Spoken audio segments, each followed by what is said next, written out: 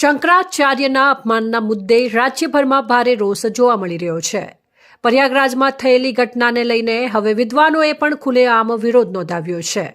આ મામલે આજે વિદુષી ડોક્ટર ગાર્ગી પંડિત, જ્યોતિષ પીઠની પ્રવક્તા અને દ્વારકા શારદા પીઠના પ્રવક્તા કિશોર શાસ્ત્રીજીએ સંયુક્ત પ્રેસ કોન્ફરન્સ યોજી ઘટનાની તીવ્ર શબ્દોમાં નિંદા કરી છે.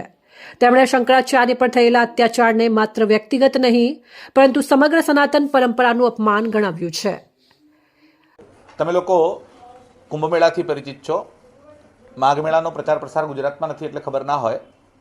દર વર્ષે જ્યારે ઉત્તરાયણ આવે છે એ મહિનો આખો એટલે માઘ સુદ એકમથી લઈ અને અમાવસ્યા સુધી, ત્યાં અમાવસ્યાની જગ્યાએ પૂર્ણિમા મહિનો બદલાય છે એટલે પૂનમથી પૂનમ સુધી આખો મહિનો પ્રયાગમાં ત્રિવેણી સંગમના કિનારે રહી ટેન્ટમાં રહેવાનું, સાદું ભોજન કરવાનું, જાતે બનાવવાનું અને લકડી ઉપર બનાવવાનું, ગેસનો ઉપયોગ નહીં કરવાનો, એવી રીતે રહીને કલ્પવાસ કરવામાં આવે છે. એ પરંપરા વર્ષોથી છે.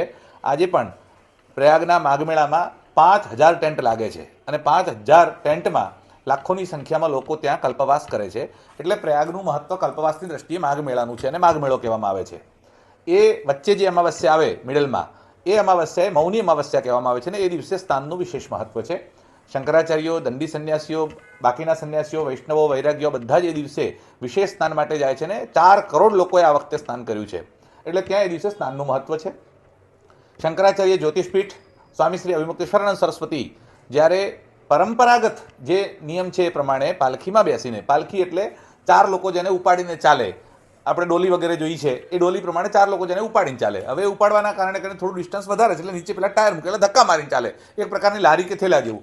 એ લઈને સ્નાન કરવા માટે પોતાના ભક્તો સાથે નીકળે ત્યારે પ્રશાસને રોકી અને અમને બધાને પકડીને કોલરથી શંકરાચાર્યથી દૂર કરી એમને અલગ જે અસ્થાયી પોલીસ સ્ટેશન બન્યું છે એની અંદર બેસાડી રાખ્યા, એમને માર માર્યો.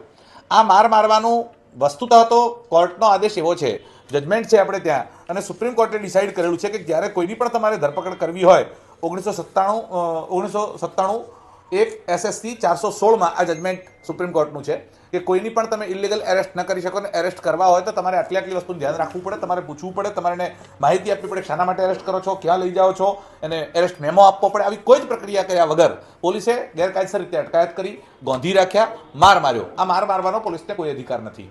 આચાર્ય બ્રહ્મલીન થયા અને બીજે જ દિવસે એમનો પટ્ટાભિષેક થયો અને કોર્ટથી જે સ્ટે આવ્યો તે પટ્ટાભિષેક પરનો હતો અને એ સ્ટે 14 ઓક્ટોબર 2022 એટલે 1 મહિના અને 2 દિવસ પછી આવ્યો.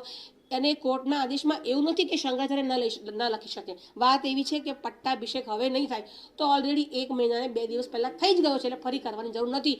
એટલે કોર્ટ તો ઉલટું સમર્થન કરે છે કે આ શંકરાચાર્ય છે. હવે